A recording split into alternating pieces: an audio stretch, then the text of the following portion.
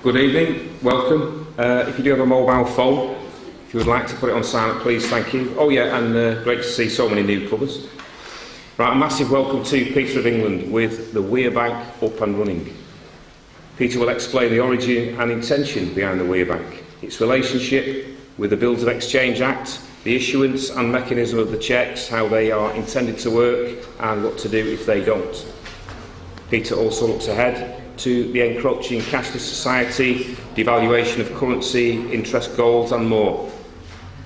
As with all things financial, a full understanding of the structure, risks and details is required by everybody.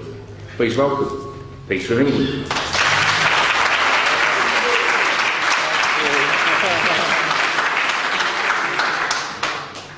Okay, thank you everybody for turning up on a lovely rainy evening here, and it's excellent that so many people have turned up.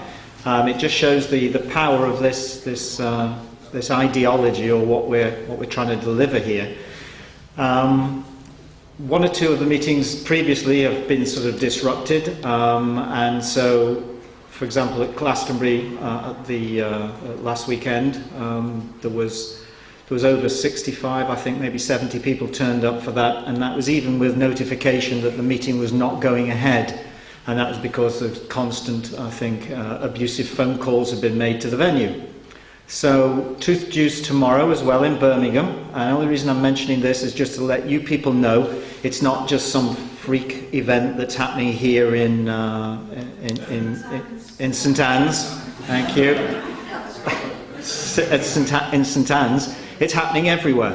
The Truth Juice meeting tomorrow has been rescheduled. It's put at a slightly different venue because for the first time in the history of that meeting venue, they've had to change it because of pressure that had been put on them. So that only goes to say that whatever I'm doing or whatever this is about must be getting the correct type of attention. So once again, thank you for all of you for coming. What I'm going to do is cover quite new material, because what I don't want you to be able to go away from here tonight thinking is that for any of you who've watched one of the videos on YouTube or wherever it's been placed, that it's the same old thing that you've seen, and I can full imagine, where you've seen some of these videos going on for 2.5 hours, you don't want to hear the same material twice. So we're going to cover new things, we're going to cover different things, but predominantly what I want to start with tonight is most people here have heard of WeRe Bank, and quite a few of you will have joined, I'm sure. One of the stipulations on the WeRe Bank site is that in order to join or to gain access to those financial facilities, that you have to join WeRe Movement.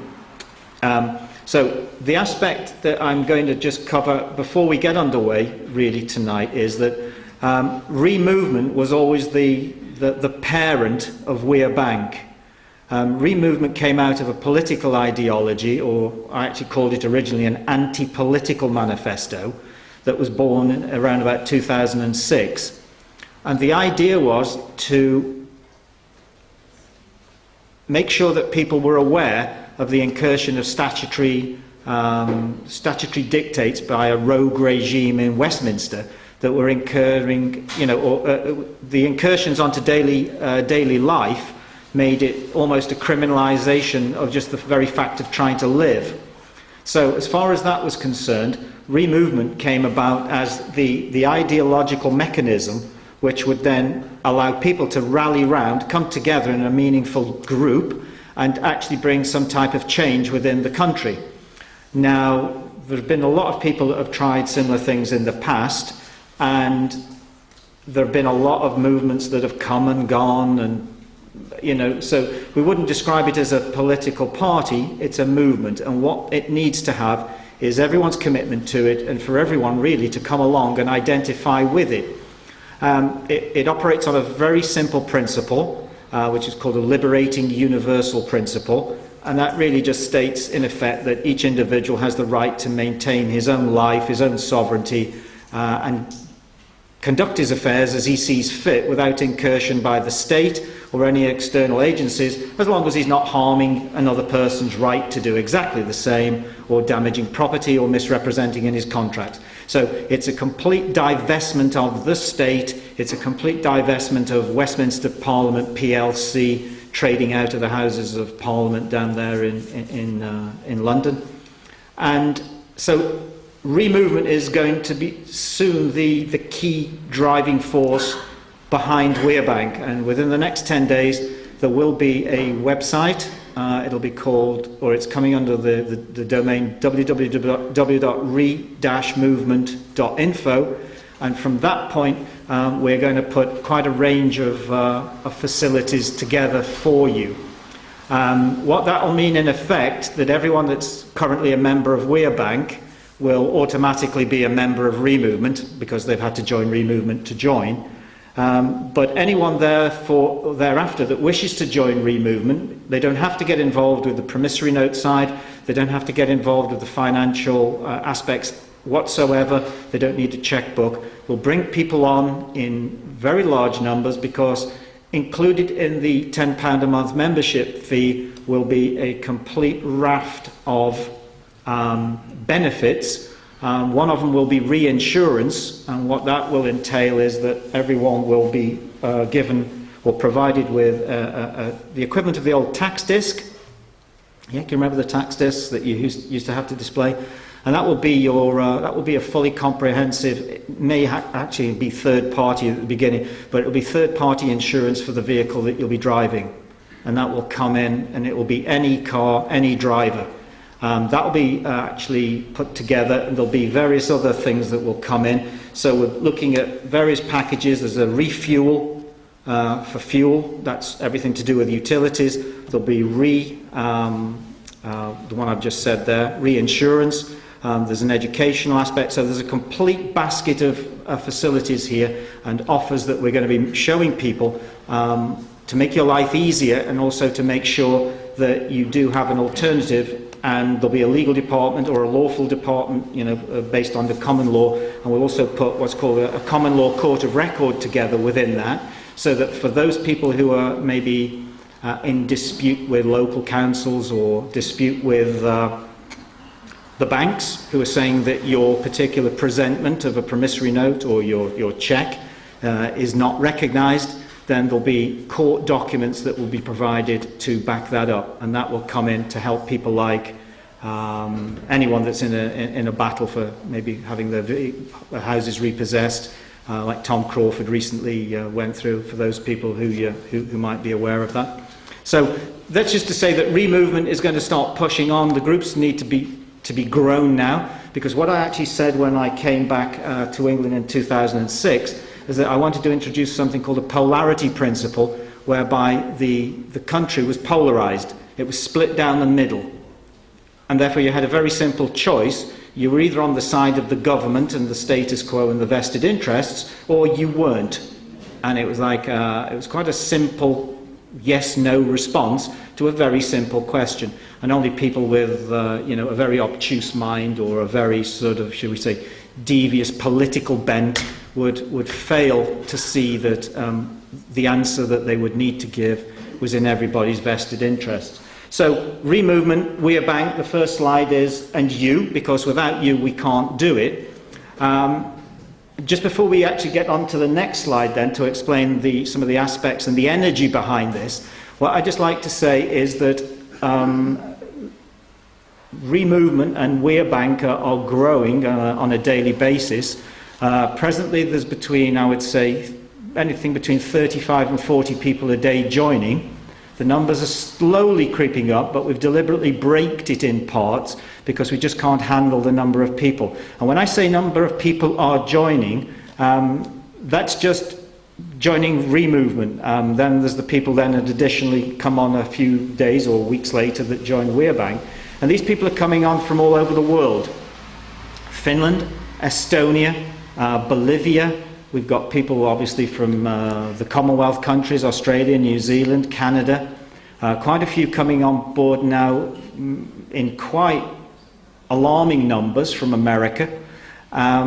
Germany, Ireland, Belfast, Northern Ireland. So what I'd like to just emphasize is this isn't just some, it isn't just some local phenomenon or just some local boys club that's getting a few lucky breaks. Whatever we've touched on is resounding right the way around the planet, so it's more of a planetary movement. I'm not really happy to use the word global because of everything that sort of signifies with the global agenda of the New World Order.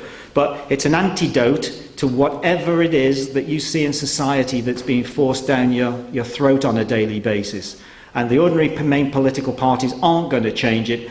So what we've got to look at now is, why do we think we can change it by what we have? So the WeRe Bank operation was predominantly there to get the attention of the status quo, the vested interest, the financial, commercial, should we say, mandarins of power, the Rothschild family, the heads of the banking cartels, people like Bob Diamond, ex-CEO of Barclays Bank, who's now parading around Africa with Tony Blair trying to cut and divide the country up for their own best interests. So all these people that have been responsible consistently for an actual rape of the country and the globe, these international stock market capitalists, these corporate privateers that are operating with their so-called letters of marque, just like the pirates in the old days, that's what they're doing. Everything's been monetized, and the bottom end of it all is you. You pick up the tab. They take the profit, you pick up the tab. And it's something that's always been identified as having to be cured. And the best way to look at it, I suppose, is having a parasite on you. Doesn't matter whether it's a tick on a dog or it's some type of candida fungus within your gut. It gets to a point when certain drastic measures have to be taken. Otherwise, you're just going to end up in a situation where it gets progressively worse. So it's how you do it, and this is a non-violent, should we say, I wouldn't say it's completely passive, but we don't rely on anything other than the pen. Yeah, that's why the checkbooks were delivered, because it's a revolution that's brought about not with a guillotine or a sword or smashing windows. It's something that's brought about by the pen. And one of the things with the checkbook that people shouldn't forget is why the checkbook was delivered is it's a complete substitute when the ATM machines stop pumping out that fiat currency that you become conditioned, and I don't mean you, I mean one, has been conditioned to rely on. And if you look at what's happening in Greece at the moment, it's on its way here for sure. It's just a matter of time before it jumps over. So the virus has already been propagated. They know what they're doing with it. There are people who don't want that to happen, and it's those people that don't want it to happen who are in major part behind WeRe Bank. Okay, so it is me and it isn't me. There are others beside me, energetically, physically, and it's a repository to ensure that if there is another turnaround, like in 1929, the Great Depression, or what happened in the Weimar Republic from 1929 through to 35, that people aren't left in such situations that they just can't cope and they think their world has come to an end. Because that is what the sequence of events usually is. Credit is built up to an all-time high, and then the bubble is burst. Everyone is thrown into chaos, and by the time you actually know what's going on, whether there's been war, civil unrest, civil disturbance, the wealthier before are even more wealthier than after. So that's a little bit about re-movement, WeRe Bank. What the ideology behind it is, there's a lot of pockets to it. It isn't, I assure you, just about checkbooks. It's not about 10 quid a month. The £10 a month is to bring people together. And the meetings are the key, because we've got to have meetings. We've got to get back to what our fathers did, our grandfathers did, and our great-grandfathers did. They all came together in meetings. They didn't have the internet. They didn't just press a like button, on a YouTube video and then walk away thinking, oh, well, I've done something. Because these little confections are put there by the elite on these psychologists to really release pressure from you, so that once you've done that, or you've made a contribution by PayPal, you feel a lot better and you think, well, I don't really have to do too much more now. You know, it's sort of like you feel a bit satiated. So where this is going is more meetings in more frequently and bigger. And then the idea, as I mentioned to a few people at the beginning, my ambition is by October, I know this is quite a stretch, but to have reasonably large numbers of people in football stadia. That's where I'd like to get this. Big events around the country, 20, 30, 40,000 people turning up for a meeting and someone telling us we can't come in. You know? So that's part of my dream. Okay, so let it be if it's going to happen, and this is quite good. It's either going to happen or it's going to fade into some type of oblivion, and you know, people will be talking about it as the next great thing that never came. So, first of all, the symbol that we use, you might have seen it on some of the documents. For those people who aren't aware of where the symbolisms come from, it's something called a rune. Who's heard of runes before? And if you haven't, you might see that the one on the extreme left, the rune Sawilo, was doubled up by the SS. Yeah? So that's a lightning symbol. And the runes originate from the time of Atlantis, for people who believe in that. For people who don't, then we'll go much further than that. And these are what's called ASKs, or ASKs, archetypal symbol code. These codes are structures that resonate within your DNA in a very subliminal way and send messages into the system that transcend time, transcend space, and transcend consciousness. And if you look at the Bluetooth symbol, yeah, that's the rune, 18th rune, Bacano, which Bluetooth claim they've actually trademarked or patented. Nokia, anyone got a Nokia phone or heard of the company? The K in Nokia, if you actually look very, very closely, you'll see on the K, yeah, the little part of it is not touching, it isn't touching the upright part, and that's a rune in there. So lots of runes have been used in the past for various esoteric reasons, and a lot of people don't know this kind of stuff, but everybody's heard of the Avengers thing, this thing with Thor, yeah, for the children thing, Loki, Thor, the Tiawas, or the god Thor, and all this, Thor's hammer, and Odin, the god of all of them, yeah. So this is where you get, if you take the 24 letters of what's called the Futark, that's the old Norse alphabet. It's not actually an alphabet, it's a system of codes. And if you take the last three and read them backwards, I've got a pointer here which I can demonstrate them. You've got the O, and then you've got, oh right, I've got an even better pointer here. You've got the O there, and the D, and the IN. Yeah? And you put them together and you get Odin. So the last three runes come in. The last three runes, maybe that was Odin coming in, who knows? Yeah. So what you've got there is that. And that's quite powerful stuff. Incorporated into runes, you get the expression to be ruined from ruined. So if you had a rune put upon you, it was always very important to find out how it had been presented to you. Yeah, because there's good ways of receiving them, there's not good ways. We're in very good ways here. So these just some of the symbols. These are it's like passive architecture. There's another one, Thurias, and that just symbolises a thorn. So the removement one is what's called a bind rune. It's a combination, and it's got other energies put in it. And the idea within a rune is if it's charged correctly, then it delivers an energy that is, I wouldn't say it's completely irresistible, but in Iceland, I think up until, I think it was 1898, it was still a capital offence, punishable by death, obviously, to be in possession of runes.